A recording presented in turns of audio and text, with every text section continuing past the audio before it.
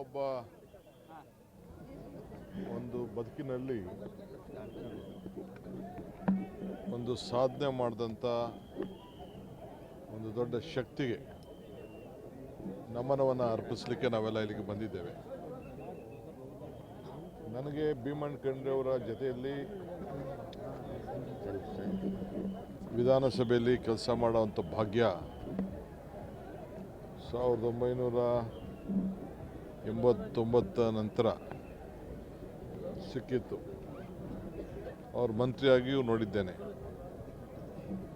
ಅವರ ಮಗ ವಿಜಯ್ ಕುಮಾರ್ ಖಂಡ್ರೆ ಅವ್ರ ಜೊತೆ ಕೂಡ ಶಾಸಕರಾಗಿದ್ದೇನೆ. ಅದಾದ ಮೇಲೆ ಅವ್ರ ಮಗ ಈಶ್ವರ್ ಖಂಡ್ರೆ ಅವ್ರ ಜೊತೆ ಶಾಸಕರ ಕೆಲಸ ಮಾಡಿದ್ದೇನೆ, ಮಂತ್ರಿಯ ಕೆಲಸ ಮಾಡಿದ್ದೇನೆ ಮತ್ತು ನನ್ನ ಜೊತೆ ಅವರು ಕಾರ್ಯಾಧ್ಯಕ್ಷರ ಕೂಡ ಕೆಲಸವನ್ನು ಮಾಡಿದ್ದಾರೆ.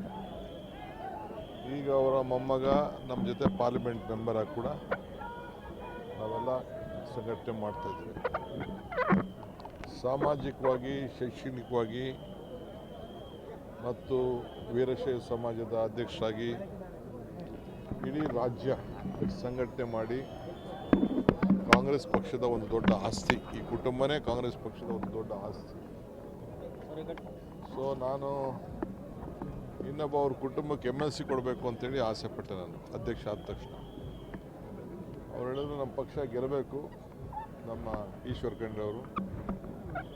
ಇನ್ನೊಬ್ಬ ನಮ್ಮ ಬಸವರಾಜ್ ಪಾಟೀಲ್ ಅವರ ಮಗನಿಗೆ, 3ನೇ ಮಗನಿಗೆ ಕೊಡೋಣ ಸೀಟು ಅಂತೇಳಿ ಅವ್ರು ಕೊಟ್ಟು B.Pharmನ ಅವ್ರಿಗೆ ಕೊಟ್ಟರು.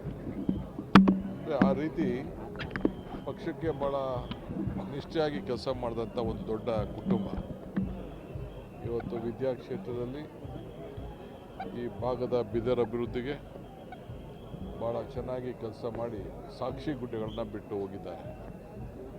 ಸೊ ಒಂದು ಮಗು ಹುಟ್ಟಿದಾಗ ಮಗು ನಗನಗ್ತಾ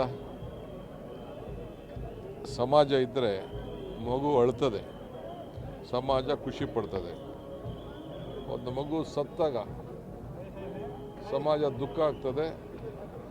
ಏನು ಪರಮಾತ್ಮ ಕರ್ಕೊಂಡಾಗ ಲಿಂಗೈಕ್ಯ ಆದಾಗ ಅವರ ಸಾಧನೆ ಬಗ್ಗೆ ನಾವೆಲ್ಲ ಸ್ಮರಿಸ್ಕೊಳ್ತೀವಿ. ಸೊ ಹಂಗೆ ಇವತ್ತು ನಾವೆಲ್ಲ ಎಷ್ಟೇ ದೂರ ಇದ್ದರೂ ಕೂಡ, ನಾನು ದೆಹಲಿಯಲ್ಲಿ, ಮುಖ್ಯಮಂತ್ರಿಗಳು ಬೆಂಗಳೂರಲ್ಲಿ, ನಾವೆಲ್ಲ ಏನೇ ಇದ್ದರೂ ಕೂಡ ನಾವೆಲ್ಲ ಬಂದು ಇವತ್ತು ಈ ಒಂದು ಪವಿತ್ರವಾದಂಥ ಕಾರ್ಯಕ್ರಮದಲ್ಲಿ ಪಾಲ್ಗೊಂಡಿದ್ದೇವೆ. ಮಲ್ಲಿಕಾರ್ಜುನ್ ಖರ್ಗೆ ಸಾಹೇಬರು ಕೂಡ, ಅವರು ಕೂಡ ಬರಲಿಕ್ಕೆ ಭಾಳ ಪ್ರಯತ್ನಪಟ್ಟರು. ಬಟ್ ಅನೇಕ ಅಲ್ಲಿ ಮೀಟಿಂಗ್ಗಳೆಲ್ಲ, ಇಂಪಾರ್ಟೆಂಟ್ ಮೀಟಿಂಗ್ಗಳೆಲ್ಲ, ಹೊರಗಡೆ ರಾಜ್ಯದ ಚುನಾವಣೆಗಳು ಮೀಟಿಂಗ್ ಫಿಕ್ಸ್ ಆಗೋಗಿತ್ತು. ಅವರು ಬರ್ತಾರೆ. ಅವರು ಪಕ್ಷದ ಪರವಾಗಿ ನಾವೆಲ್ಲ ಅವರ ಪ್ರತಿನಿಧಿಗಳಾಗಿ ನಾವೆಲ್ಲ ಇಲ್ಲಿ ಆಗಮಿಸಿದ್ದೇವೆ. ಸರ್ಕಾರ ಪರವಾಗಿ ಇಲ್ಲಿ ಬಂದಿದ್ದೇವೆ. ಅವರ ಆತ್ಮಕ್ಕೆ ಶಾಂತಿ ಸಿಗಲಿ, ಅವರೆಲ್ಲ ಅನ್ಯಾಯಗಳಿಗೆ ಆ ದುಃಖವನ್ನು ಭರಿಸುವಂಥ ಶಕ್ತಿ ಸಿಗಲಿ ಅಂತೇಳಿ ಆ ಭಗವಂತನಲ್ಲಿ ನಾನು ಪ್ರಾರ್ಥನೆ ಮಾಡ್ತೇನೆ.